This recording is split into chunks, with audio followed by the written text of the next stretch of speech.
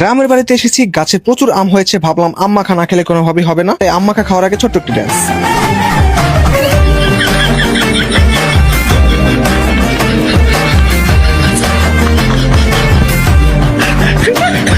তো চলুন কথা না বাড়িয়ে ভিডিও শুরু করা যাক। গোপন সূত্রে জানতে পারলাম আমার বন্ধুর নানি বাড়ির প্রচুর পরিমাণ আম হয়েছে। এই কথা শোনার সাথে সাথে দলবল নিয়ে রওনা দিলাম আম খেতে। তারপর আর কি, একজনকে গাছে উঠালাম আম পাড়ার জন্য। সে কাঁচা আম বাদ দিয়ে সব পাকা আম পাড়া শুরু করলো। কয়েকটা চাকি দিতেই গাছে সব আম পড়ে গেল। আম দেখেই বুঝেছিলাম এই আম মাখানো যাবে না, তাই একটা করে আম ছিঁড়ে আমরা এগুলোই খাওয়া শুরু করে দিলাম। একটু পাশে যেতে দেখলাম যে বন্ধুর মামি আম সত্তা দিয়েছে, ভাবলাম ওখান থেকে একটু খাওয়া যায়। যেই ভাবা সেই কাজ, ওটা ছিঁড়েও খাওয়া শুরু করে দিলাম। অনেকগুলো পাকা আম ছিলে খাওয়ার পরে বুঝলাম এখানে কিছু কিছু আম কাঁচাও রয়েছে, তাই কিছু ছোট ভাইকে পাঠালাম যে এলাকার কোথায় কাঁচা আম আছে পেরে নিয়ে। আমরা ওখান থেকে কিছু আধা কাঁচা পাকা আম নিয়ে গেলাম, ভাবলাম এগুলোই মাখাবো, এবং ছোট ভাইকে পাঠালাম কাঁচা আম আনতে। ওরাও কোথা থেকে যেন অনেকগুলো কাঁচা আম পেরে নিয়ে আসলো। আমাদের আম পাড়ার পর্ব কমপ্লিট, এখন আমাদের আম সুলতে হবে এবং মাখাতে হবে। তারপর আমার বন্ধুরা সবাই মিলে এক এক করে আম সোলা শুরু করে দিল। আমের ঘ্রাণ পেয়ে হঠাৎ করে এলাকার এক গোপাল ভাঁড় ছুটে আসলো।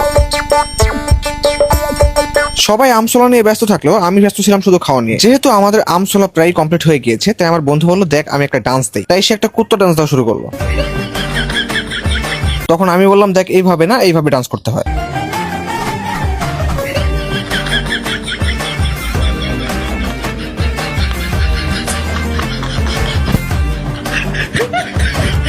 তখন আমার আরেকটা বন্ধু তাতা থই থই ডান্স করা শুরু করলো। মম চিত্তে নীতি নৃত্যে কে যে নাচে তাতা থই থই তাতা থই থই।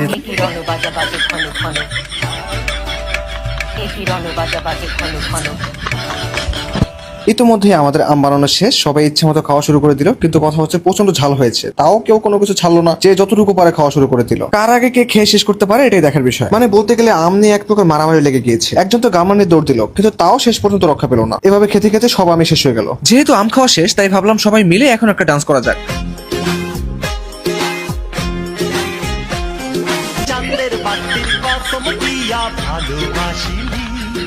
সূর্যের আলোয় ঝলমলাইয়া আমায় পোড়াইয়া